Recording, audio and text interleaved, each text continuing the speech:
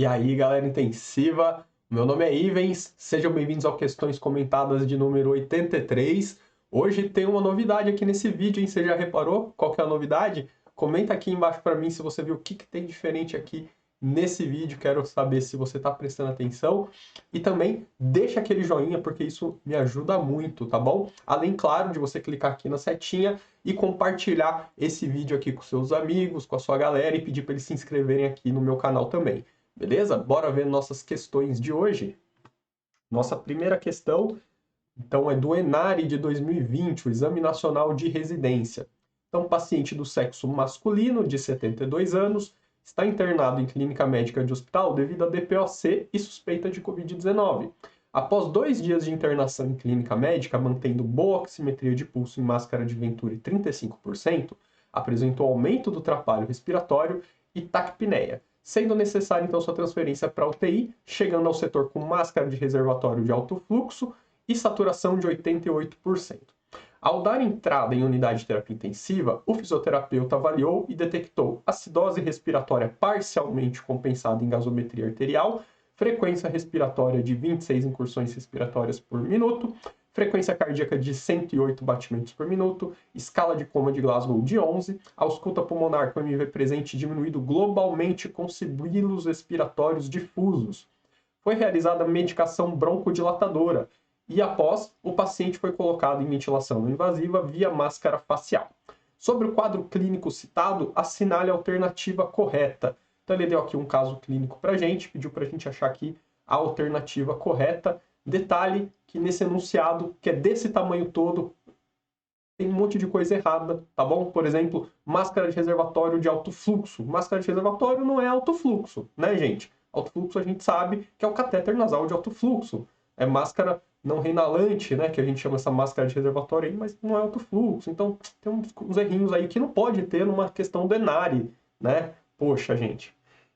E outra coisa, deixa eu agradecer aqui, ó, o Weasley. O Weasley me mandou uma mensagem no Instagram pedindo para eu colocar essa questão aqui especificamente do ENARE de 2020, tá bom? Então eu queria agradecer aí, ó. Valeu, Weasley, obrigado aí pela indicação da questão. E se você tem alguma questão, alguma prova que quer que apareça aqui, manda essa mensagem para mim aqui, ó. Manda no comentário aqui do YouTube ou manda uma mensagem lá no Instagram. Beleza? Bora ver aqui as alternativas, então, para nossa questão. Para evitar que esse paciente seja submetido à intubação orotraqueal, deve-se observar a evolução dele em ventilação não invasiva de meia hora a 2 horas, sendo parâmetros de sucesso: melhora nos parâmetros gasométricos, redução da frequência respiratória e aumento do volume corrente.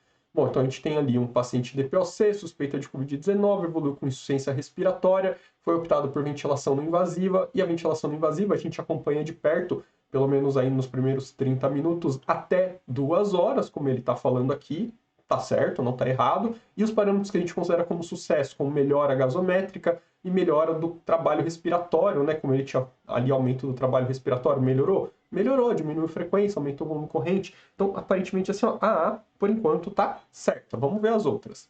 Seria uma contraindicação a realização de VNI nesse paciente, devido ao rebaixamento do nível de consciência. Então, lá no enunciado, ele fala que esse paciente estava com Glasgow de 11, ou seja, o Glasgow normal é 15, né? Um paciente com Glasgow máximo aí é 15, que não tem nada de rebaixamento, e ele estava com Glasgow de 11, então ele estava um pouco rebaixado, e isso muitas vezes é uma contraindicação à ventilação não invasiva, porém não no DPOC, que pode estar rebaixando devido à retenção de CO2. Então aqui nessa B a gente consideraria que está errada por conta disso. C. A presença do ruído adventício detectado na ausculta pulmonar do paciente sugere a presença de secreção brônquica em excesso, sendo contraindicada a realização de VNI para esse paciente. O paciente, lembra, ele tinha ausculta de sibilos respiratórios difuso. Isso é uma ausculta não de secreção, e sim de broncoespasmo. Lembrando que na secreção a ausculta mais comum são os roncos ou os estertores crepitantes, dependendo aí da situação. Então aqui é D. Uma das condutas indicadas no momento de entrada do paciente na UTI seriam as percussões pulmonares, a fim de, por meio do efeito tixotrópico, fluidificar secreções e facilitar sua remoção. Bom, a gente não tem evidência que mostre que o uso de percussões pulmonares realmente auxiliem na retirada, na remoção de secreção, né? A gente não consegue chegar numa frequência, né, para alcançar os efeitos tixotrópicos como fluidificar a secreção, por exemplo, realizando a percussão pulmonar. Então, D. E, além disso, ela está contraindicada porque um dos efeitos adversos que podem surgir da percussão é justamente o broncoespasmo, e o paciente já está em broncoespasmo, tá? E lembrando que ele também não tem secreção. Então, veja, tem um monte de coisa errada aqui na alternativa D, então ela só está errada, né? Não, nada disso aqui. Tem nada de indicação de percussão para esse paciente. E na E, a doença de base apresentada pelo paciente reduz a complacência pulmonar, gerando uma consequente redução na expansibilidade torácica. Por isso, foi detectada em ausculto pulmonar a redução do murmúrio vesicular. Bom, doença de base apresentada pelo paciente, qual era? DPOC, doença pulmonar obstrutiva crônica. DPOC reduz a complacência pulmonar? Não, na DPOC a complacência pulmonar está aumentada. Lembra que na DPOC tem destruição, tem perda de parênquima, de tecido elástico. Então, esse paciente perde recolhimento elástico, ele perde complacência, ele ganha complacência, né? O tecido fica mais complacente, porque ele perde elastância, né? Que é a tendência dele retrair, né? Como um elástico, tende a voltar ao seu tamanho original. Quando ele perde esse tecido, fica muito mais fácil desse pulmão expandir, ou seja, aumenta a complacência na DPOC. Então, aqui também está errado. Então, a gente acaba ficando aí com a letra A mesmo, que fala aí que a gente vai colocar VNI, observar por meia hora a 2 horas, e que se melhorar a gasometria, melhorar a frequência respiratória e aumentar o volume corrente, isso é sinal de sucesso. Então aí nosso gabarito, vamos dar uma olhada, e letra certa aí, ó, a letra A. Então bota mais um certo aí, mais um pontinho aí pra gente. Nossa segunda questão de hoje, então aproveitando que a gente já estava falando do ENARE, peguei mais uma questão lá do ENARE de 2020. Paciente do sexo masculino, 78 anos, está em internação domiciliar devido à esclerose lateral amiotrófica. Encontra-se em ventilação mecânica invasiva via traqueostomia, associada à oxigenoterapia domiciliar. Então, paciente com esclerose lateral amiotrófica, a famosa ela está traqueostomizada, ventilação mecânica invasiva, com oxigênio, né, junto. O fisioterapeuta está tentando fazer o desmame da oxigenoterapia e deixar o paciente apenas na ventilação mecânica invasiva, sem suplementação de oxigênio.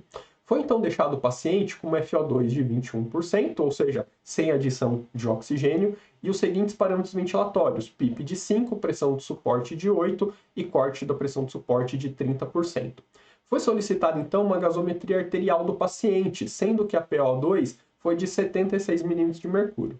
A respeito do caso clínico exposto, assinale a alternativa correta. Então vamos ver o que ele vai perguntar aqui. Neste momento, não seria indicado o desmame da oxigenoterapia do paciente devido à PO2 apresentada na gasometria arterial, que sugere uma hipoxemia neste... Neste momento, não seria indicado o desmame da oxigenoterapia do paciente devido à PO2 apresentada na gasometria arterial, que sugere uma hipoxemia. Não, né? O PO2 do paciente está de 76, então não tem nada de hipoxemia com uma PO2 de 76. E deixa eu só voltar aqui e ver se ele fala da saturação. Ele não falou da saturação na gasometria, falou só da PO2. E 76 não é hipoxemia, né? A gente começa a considerar a hipoxemia abaixo de 60. Então, tá errado. Neste momento, o fisioterapeuta deveria aumentar a PIP e manter a FO2 em 21% para facilitar o desmame do oxigênio. Então, se com aquela PIP que o paciente já estava, né, uma PIP de 5, o paciente já veio com uma PO2 dentro do esperado, então, por quê, né? Então, nada disso. E nem sempre aumentar a PIP vai aumentar a sua PO2, às vezes a gente precisa de oxigênio. C. O índice de oxigenação apresentado no momento da coleta da gasometria arterial é de 250. Bom, primeiro que aqui está errado, índice de oxigenação, né? Deveria estar aqui a relação PO2-FO2, porque índice de oxigenação é um outro índice que faz parte dos índices relativos à oxigenação do paciente. Então, quando ele fala índice de oxigenação, você pode confundir com o índice de oxigenação mesmo, que a gente usa muito na PED e na NEL, mas que a gente não usa nos adultos, né? Nos adultos a gente usa mais relação PO2-FO2, que é o que ele realmente queria aqui. Se a gente fizer a conta, né, PO2-FO2, ou seja, PO2 dividida pela FO2, a gente vai lá ter 76 dividido por 0,21. Então, é só você multiplicar 76 por 5 para você ter mais ou menos esse valor. Então, se a gente multiplicar 76 por 5, a gente vai chegar num valor aí que é mais ou menos 380, é isso? Então, por volta de 380 aí de PO2, tá? esse valor aproximado. Faça o cálculo aí direitinho para saber, mas é muito maior que 250. Então, não. D.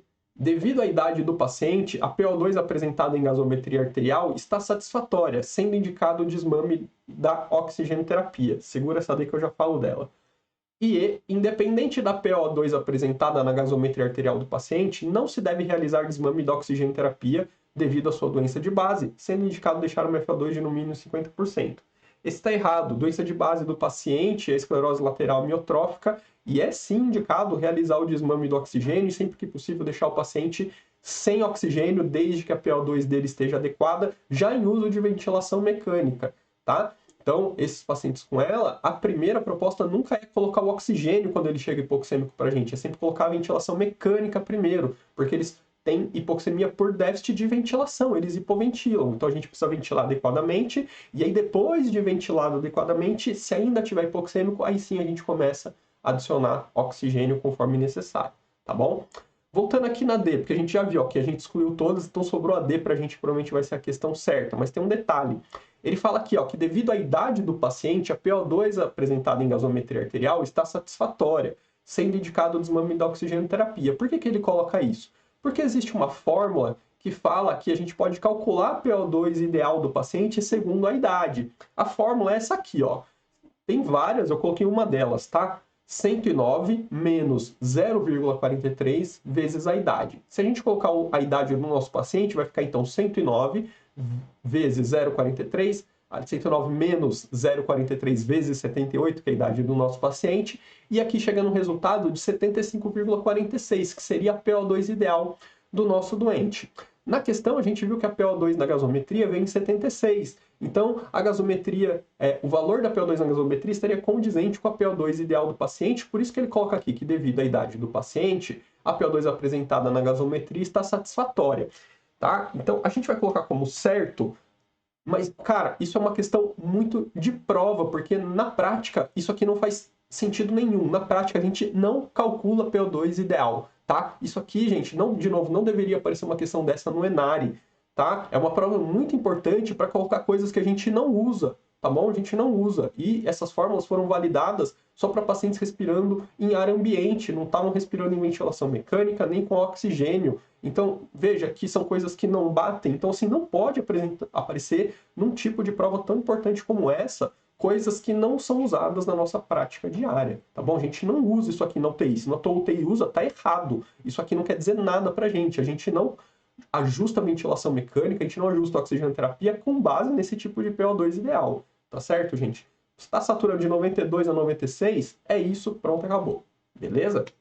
Então, só para a gente confirmar aqui, gabarito letra D e é isso aí. Galera, não esquece então de deixar aquele joinha, isso me ajuda muito. Se inscreve no canal se tu ainda não é inscrito, indica para sua galera toda aí, para sua turma se inscrever, ativa o sininho para não perder nenhum vídeo que sai aqui no canal e deixa o seu comentário se você ficou com alguma dúvida, quer acrescentar alguma coisa, quer me parabenizar, quer falar que tá bom, quer falar que tá ruim, manda aqui embaixo a essa hora. E não esquece de clicar no coraçãozinho que tem aqui embaixo também para você ver como você pode me ajudar, tá bom? Vejo vocês no próximo vídeo. Até lá!